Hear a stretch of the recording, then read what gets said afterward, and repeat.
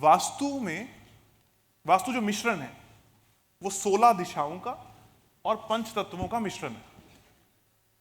किसी भी घर में, किसी भी जगह पे, किसी भी प्लेस पे, किसी भी शॉप पे, किसी भी फैक्ट्री पे जब कुछ भी माल फंक्शन होता है, यानी कि कोई प्रॉब्लम आती है, तब वहां पर कोई ना कोई वास्तु दोष जैसा होता है। वास्तु दोष जैसा का मतलब क्या है कि एक पर्टिकुलर दिशा में कुछ गलत होने से ही नेगेटिव परिणाम मिलेंगे। एक पर्टिकुलर दिशा में कुछ गलत होगा तो उस दिशा से संबंधित समस्याएं आपके जीवन में आएंगी।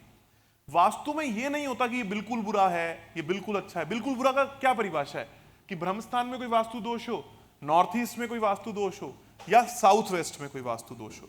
साउथ वेस्ट का वास्तु दोष मतलब साउथ वेस्ट में कोई एंट्री हो। इसके सिवा हर चीज ट्रीटेबल है। ठीक, कौन सी 3 चीजें ट्रीटेबल नहीं है? नॉर्थ ईस्ट का टॉयलेट या किचन, साउथ वेस्ट की एंट्रेंस, और ब्रह्म स्थान में कोई भी वास्तु दोष जैसे कि टॉयलेट सीट होना, अंडरग्राउंड वाटर टैंक होना, ओपन टू स्काई होना, कट होना, यह सब ब्रह्म स्थान का माना जाएगा और उसमें नहीं होना चाहिए। इसके सिवा हर चीज ट्रीटेबल है और बड़े आराम से आपको उसके रिजल्ट मिल सकते हैं।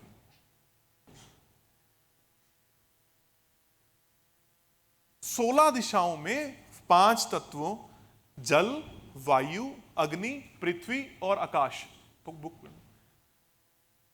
जल, वायु, अग्नि, पृथ्वी, आकाश। बोलिए, जल, वायु, अग्नि, पृथ्वी, आकाश। ऐसे ही हाथ कीजिए।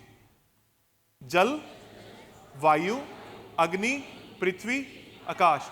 जल, वायु, अग्नि, पृथ्वी, आकाश। जल, वायु, इंग्लिश नहीं, इंग्लिश वाले, water, air, fire, earth and space. Water, air, fire, earth and space. जल ने वायु को बनाया, वायु ने अग्नि को बनाया, अग्नि ने पृथ्वी को बनाया, पृथ्वी ने आकाश, आकाश से जल बरसा। अब अगर आपको बाहर जाकर कोई बोले कि नहीं, हम इस बात को प्रूव करते हैं कि आकाश ने अग्नि को बनाया या आकाश ने वायु को बनाया, तो बोलना आप अपने घर पे जाकर प्रूफ करो। हम इसको हरियाणा में क्या बोलते हैं कि हमारे साथ सींग मत अड़ाओ। कल परसों कपिल शर्मा की एक वीडियो देख रहा था, उसमें बोला कि मैंने अपने जीवन का एक निष्कर्ष निकाला है।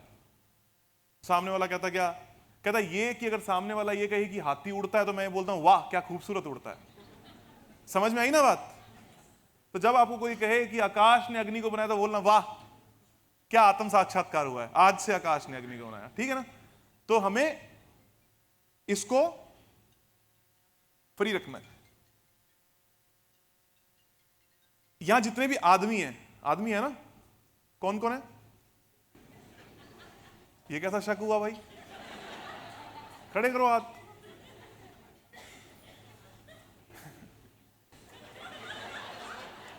कोई आदमी होने में कैसे शर्मा सकता है? मतलब मैं तो नहीं कर रहा। जितने भी आदमी हैं, लड़का एक रिलेटिव टर्म हुई ना, लड़का और आदमी में कोई फर्क नहीं होता, सिर्फ वहम होता है। जैसे औरत और लड़की में, मतलब इट इज, अरे नहीं सर, हाँ बिल्कुल नहीं, मतलब एक ही बात है ना। कोई 20-25 साल का जो मर्द है, जो मेल है, जो फॉर्म भरते समय नाम के आगे एम पे टिक करता हो, अब तो एक प्रजाति के हो गए। ये कौन कौन है? इन सबको आदत है आधी चीजें ना सुनने की। मतलब आदमी को आधी चीजें बाय डिफॉल्ट नहीं सुनाई देती ना। वो घर में जाएगा, क्या खाओगे, रिलेटिवली ऐसा चलता है। तो आदमी को आधी चीजें वैसे नहीं सुनाई देती, तो आदमी को फिर भी नहीं सुनाई देगा कि आकाश से अग्नि बनी। किसको सुनाई देगा? कोई हस्बैंड वाइफ आए हैं यहां पर? हाँ, यहां पर औरतों को सुनाई देगा कि आकाश से अग्नि बनी, और आपको फिर घर जाके सुनना तो पड़ेगा कि आकाश से अग्नि बनी। आपका जवाब वही होना चाहिए, हाँ हाँ बनी तो थी। पर एक्चुअल में बनी जल, वायु, अग्नि, पृथ्वी, आकाश। इसका लॉजिक क्या है कि पृथ्वी पे सबसे पहले जो पृथ्वी है वो ईश्वर ने तय किया कि यहां पर जन्म होगा, तो सबसे पहले क्या बना इस पूरी पृथ्वी पे? अगर जीव जंतुओं की बात करो तो एक कोशिकीय जीव, सिंगल सेलुलर जीव जिनको हम बोलते थे, लाइफ हम बोलते थे, जिसको हम अमीबा बोलते थे, वो हुआ। फिर वो विकसित होना स्टार्ट हुआ, फिर वो फिर प्लांट्स, फिर जानवर, फिर ये ऐसे करते करते हम जैसे मानवभाव इस धरती पर आ गए। इस इवोल्यूशन के प्रोसेस में जीवों को जिंदा रखने के लिए दो चीजें बाय डिफॉल्ट थी, एक थी धरती और एक था आकाश। अगर ये दोनों ना होते तो बाकी कुछ होना ही नहीं था, ये बाय डिफॉल्ट था। तो जब ईश्वर ने तय किया कि ये जो धरती है इसका एक संरचना है, इसके बीच में ये जीव जिएंगे और फिर वो खुद से इवॉल्व होंगे कि ये ऐसा चाहिए, तो सबसे पहली बेसिक नीड क्या बनी? पानी। ये साइंटिफिक लॉजिक है। जब तक आप ये कहते रहोगे ना फलाने शास्त्र में ये लिखा था, उसके लॉजिक अलग होंगे कि शरीर में पहले क्या बना, जिंदगी में पहले क्या बना, इवोल्यूशन साइंस में पहले क्या बना, इसके लॉजिक हमेशा, आयुर्वेद में पहले क्या बना। लेकिन हम क्या करते हैं, सब चीजों की खिचड़ी करते हैं। तो जिंदगी में सबसे पहले क्या चीज है? अर्थ और आकाश। ऐसे ही जब आप सबसे पहले अपने घर की संरचना करते हो, आपकी नींव लगती है, तो सबसे पहले वहां पर अर्थ एलिमेंट डेवलप होता है, और जब छत लगती है तो वहां पर आकाश तत्व यानी कि स्पेस एलिमेंट एक्टिव होता है। फिर बात आती है बाकी बचे हुए तीन तत्वों की, और फिर अपनी अपनी दिशाओं में जाने की, कौन कौन सी दिशा लेगा। तो बाय डिफॉल्ट क्या है? अर्थ और स्पेस, आकाश। इसके बाद जल बना। जैसे ही जल धरती पर गिरा, पैदा हुआ, तो उससे वनस्पतियां पैदा होने लगी। वनस्पति मतलब प्लांट्स। इंसानों से पहले प्लांट्स हुए, जैसे अमीबा के बाद ये जो प्लांट्स वगैरह का इवोल्यूशन होना स्टार्ट हुआ, तो प्लांट्स पैदा हुए।